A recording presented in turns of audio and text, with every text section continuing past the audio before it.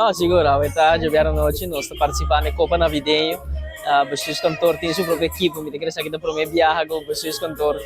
como equipe para participar em qualquer torneio formal, me queria saber que está reflejado também um momento para nós por compartilhar de team building, mas também um momento onde nós está engrandecer deporte, nós praticar e também para nós também estar mais cerca de nossa comunidade. E é um bonito momento, porque mira que os colegas andam bem juntos, nesta terra de veld jogando, toda essa dinâmica,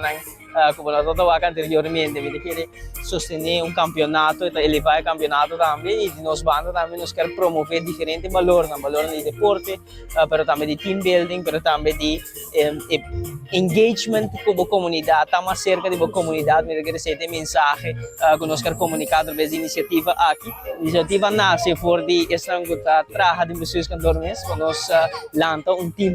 de softball de Bestuurskantoor, nós treinamos via para siman, e nós participamos no torneo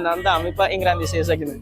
Essa aqui também quer só levar softball ou vai ter outro deporte não? Bom, minha especialidade é futebol, que é nós vai ter time de futsal, de futebol, de qual nós vai participar em diferentes torneios também, me querer saber que está algo great, algo leuk, e seguro também está algo importante para nós.